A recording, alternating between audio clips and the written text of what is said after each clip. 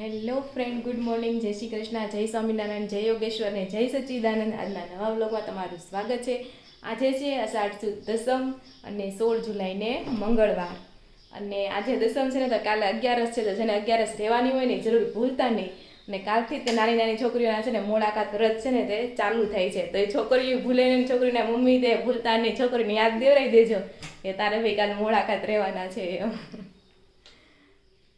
આજનું વેધર કંઈક આ ટાઈપનું છે, કાંઈ વરસાદે નથી, વાદળા એટલા બધા કંઈ ખાસ છે નહીં, બફારા જેવું છે. આ વખતે મને લાગે ચોમાસું બહુ હરખું જામશે નહીં. જામ્યું દેહમાં.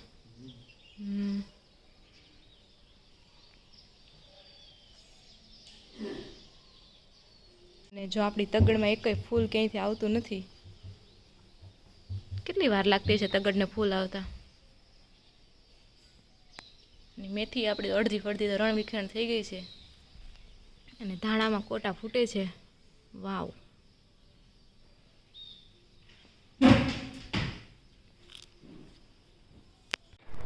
તો સવારનું શિરામણ કરવા માટે બેસી ગયા છે. જમવામાં છે રોટલી, ચા, દૂધ અને ખારી, અને ટિફિનમાં છે મગનું શાક. તો વાગી ગયા છે 8:15 ને આપણે ઓફિસ જવા માટે નીકળી ગયા છે. મમ્મીને આપણે જય શ્રી કૃષ્ણ કહી દઈએ. જય શ્રી કૃષ્ણ મમ્મી. ચાલો ઓફિસે. આ ઝાડમાં છે બહુ સારા ફૂલ ખીલે છે, પણ સાંજે જ આવે છે. તો સાંજે યાદ આવશે ને તમે જરૂર બતાવશો કેવા ફૂલ આવે.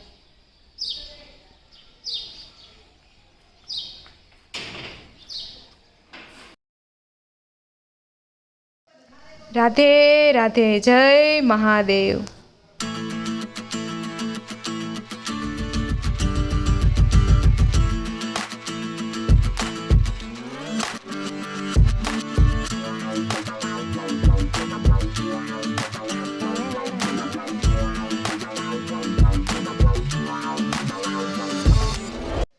જો આપણે મહાદેવના દર્શન કરવા માટે આવી ગયા છે. ચાલો આપણે મહાદેવના પહેલા દર્શન કરી લઈએ. આ છે અબ્રામાનું અમરેશ્વર મહાદેવનું મંદિર.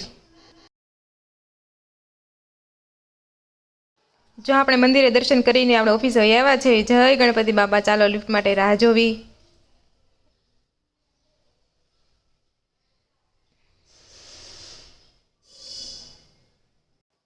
જો આપણે ઓફિસે આવી ગયા છે, પીસી ચાલુ કરી દીધું છે. આજે જોઈએ કયું ચિત્ર આવે છે.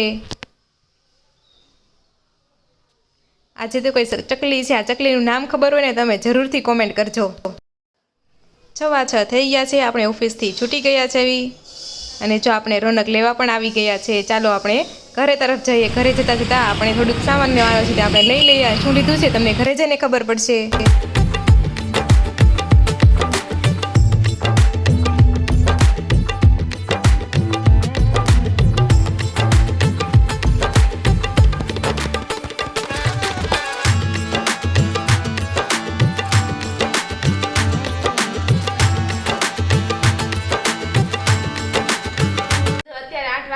ઓફિસથી 7 વાગે આવી ગયા તો બહુ ભૂખ લાગી. તરત પાવભાજી ખાઈ લીધી.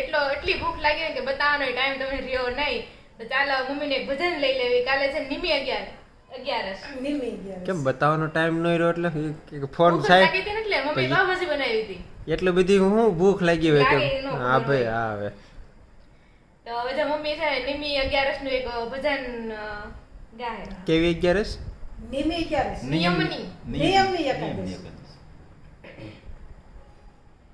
આજ રે નિયમની એકાદશી રે, પ્રભુ પધાર પાતાળ મારવાલા, બલી રાજાને બારણે રે, પોતે થયા રખેવાળ મારવાલા.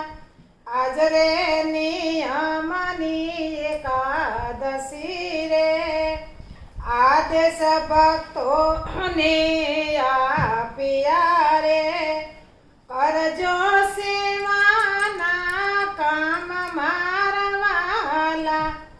આજ રે નિયમની એકાદશી રે, 4 માસ વ્રત નિયમના રે, બનજો તમે નિષ્કામ મારવા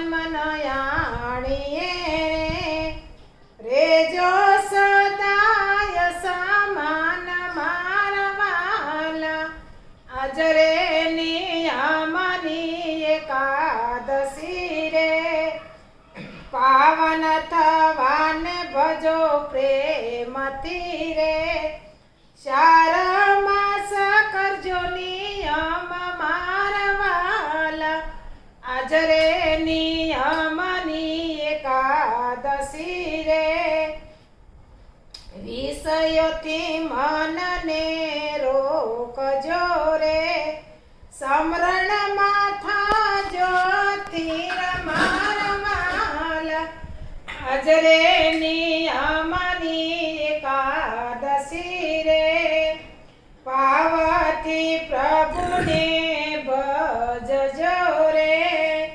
ગાજો ગોવિંદના ગુણ મારવાલા આજરે નિયમની એકાદશી રે કંસના મંડળની વિનતી રે વૈકુંઠ માયા પજો વાસ મારવાલા આજરે નિયમની એકાદશી રે પ્રભુ પાતાળ પાતાળ મારવાલા બોલો કૃષ્ણ કનૈયા લાલ એટલે આ એકાદશી છે ને ભગવાન પાતાળ લોકમાં રહેવા જાય છે 4 મહિના સુધી રહીને હા 4 મહિના સુધી રહે અને બલિરાજાના દ્વારે એનું રક્ષણ કરવા હાટુ 4 મહિના પાતાળ લોકમાં જાય છે. જય શ્રી બલિરાજા રાક્ષસમાં આવે તો એ રાક્ષસ હારો થયો બલિરાજા, બાકી બધા રાક્ષસ.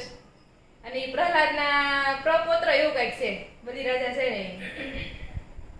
તો આ ભજન આયત પૂરું થાય છે. કોણ કોણ કાલની એકાદશી રહેવાના છે જરૂરથી કોમેન્ટ કરજો. હું તો નથી રહેવાની. અને આ 4 મહિના બધા નિયમ લે બધા લોકો. આ નિયમની એકાદશી એટલે કહેવાય કે આ ચાતુર્માસમાં ભગવાનને 4 મહિના ભજવાના અને નિયમ લેવાના. ગમે ઈ તમે નિયમ લ્યો પણ નિયમ લેવાનું એમ. તો ચાલો થોડી કોમેન્ટ આપણે લઈ લેવી. વિશેષ માહિતી તરફથી કોમેન્ટ આવી છે તો વિશેષ માહિતીને એક વિનંતી છે કે એનું બાજુમાં નામ લખવા, બાજુના નામ લખી દે.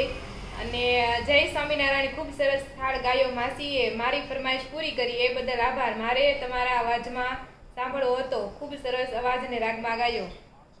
સંજયભાઈ કુંભણિયા ભજીયા સરસ સારા બનાવે છે તો થેન્ક યુ. દીપ્તિ પટેલ કહે છે નાઇસ બ્લોગ રાધિકા, તમારો બ્લોગ જુઓ બહુ ગમે છે. તો આમ જ બ્લોગ જોતા રહ્યો અને જો બ્લોગ ગમતો હોય ને તો લાઈક શેર અને સબસ્ક્રાઇબ જરૂર કરી દેજો. નૈના માસી કહે છે વાહ સંજયભાઈ. વીએમ રાવલ કહે છે કાનાને કોયલ વેલના ફૂલથી શણગાર સરસ થાય છે. હા આપણે એકવાર કહેલો હતો કા કોયલ વેલના ફૂલનો.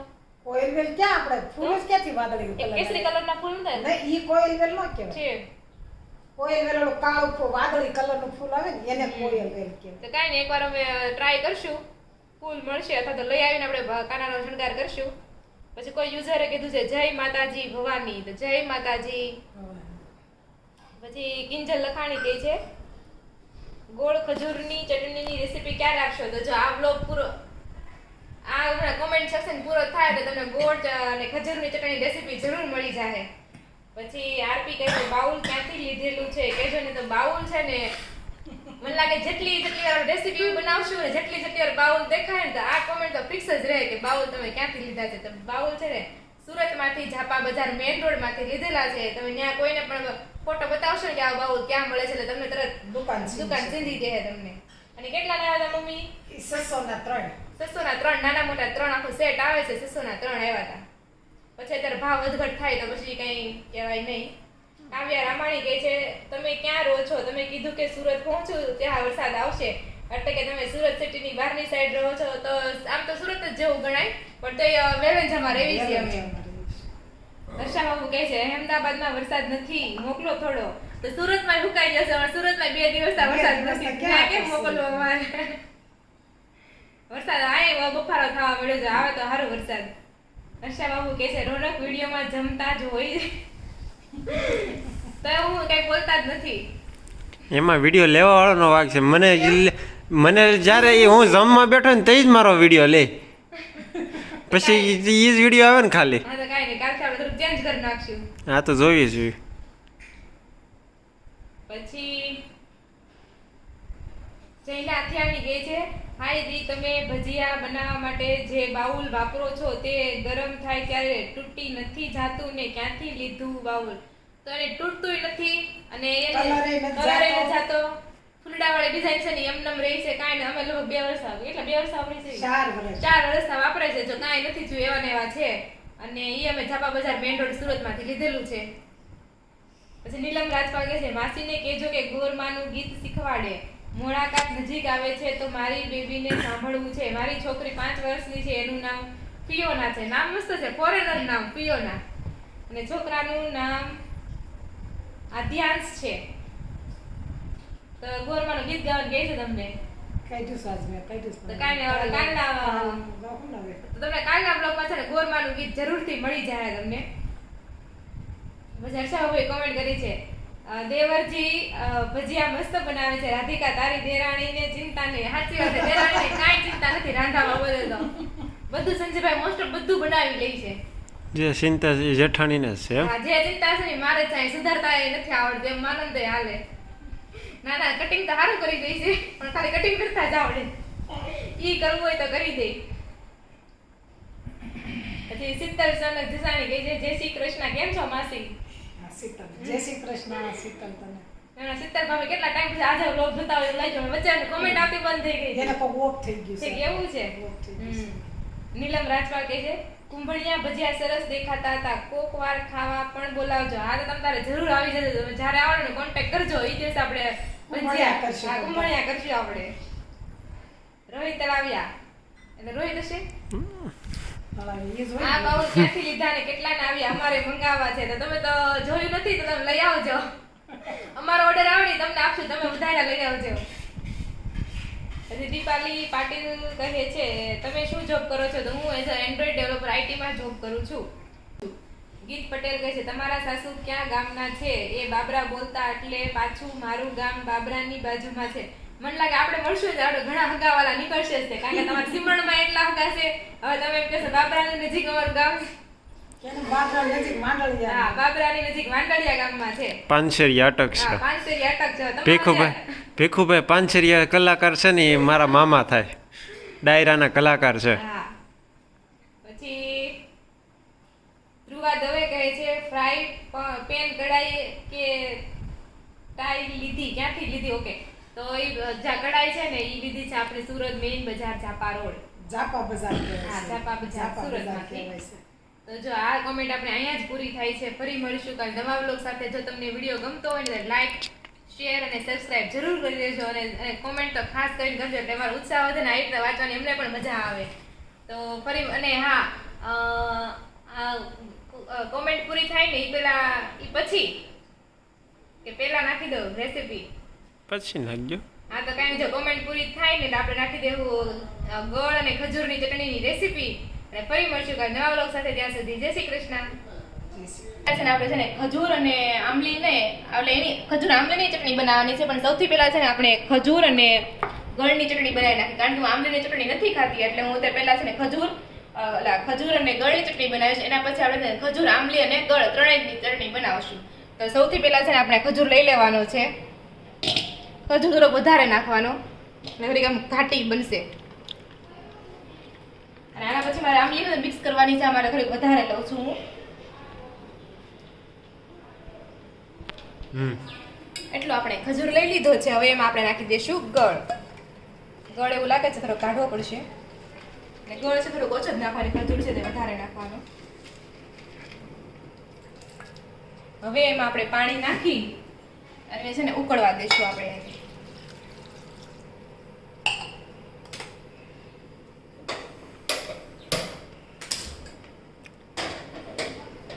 હજી પાણી નાખી દઈશું. જો આપણે છે ને થોડીક આંબલી લઈ લીધી છે. આ આંબલીને છે ને બ્લેન્ડરમાં ક્રશ કરીને એકદમ ઝીણું કરી નાખેલું છે. આ આંબલીને પણ છે થોડીક વાર ઉકાળી નાખવી આપણે. પછી આપણે આ ગળ અને ખજૂર આરે મિક્સ કરી દેવું. અને તમારે નકરા ગળ અને ખજૂરની ખાવી હોય ને તો આંબલી મિક્સ નહીં કરતા.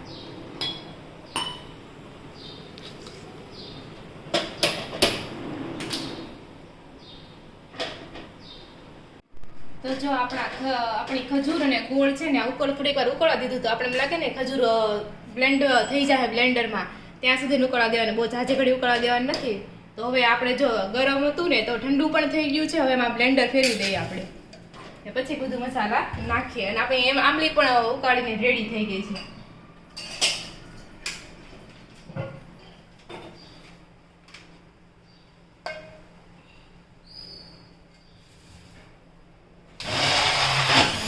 આપણે ગળ અને ખજૂરની આ ચટણી છે એ રેડી થઈ ગઈ છે, બ્લેન્ડર ફેરવી દીધું છે. અને એવું લાગે ને તો પછી ગાળી લેવાનું. મારામાં છે કોઈ લંપ રહ્યા નથી એટલે હું મને ગાળતી નથી. અને હવે એમાં છે ને થોડીક ચટણી નાખી દેવાની છે અને થોડુંક ધાણા જીરું નાખી દેવાનું છે. આવું બધું કઈ ન નાખવું હોય તો તમે ગરમ મસાલો પણ નાખી શકો, પણ હું છે ને જેમ બને એમ ગરમ મસાલો છે ને ઓછો નાખું છું. અને સ્વાદ પ્રમાણે મીઠું કેમ ગયું, અને સ્વાદ પ્રમાણે છે ને આમાં મીઠું નાખી દેવાનું છે. તો આપણી આ ખજૂર અને ગળની ચટણી એકદમ રેડી છે.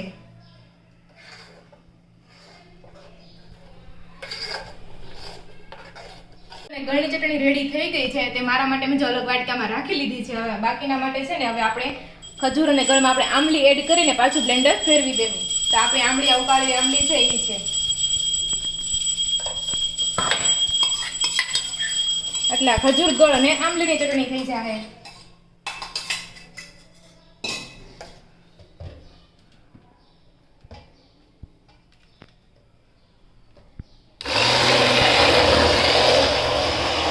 ગળ ખજૂર આંબલીની ચટણી એકદમ રેડી થઈ ગઈ છે. અને એમાં આપણે થોડાક ધાણા નાખી દઈશું ફોર ડેકોરેશન, ફોર ગાર્નિશિંગ.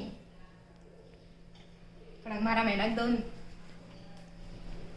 તો હવે આગળની બધી પ્રોસેસ છે ને એટલે આપણે જો ચકરીના ભજીયા બનાવવાના છે અને કુંભળિયા ભજીયા બનાવવાના છે. આખી રેસીપી તમને સંજયભાઈ આપશે.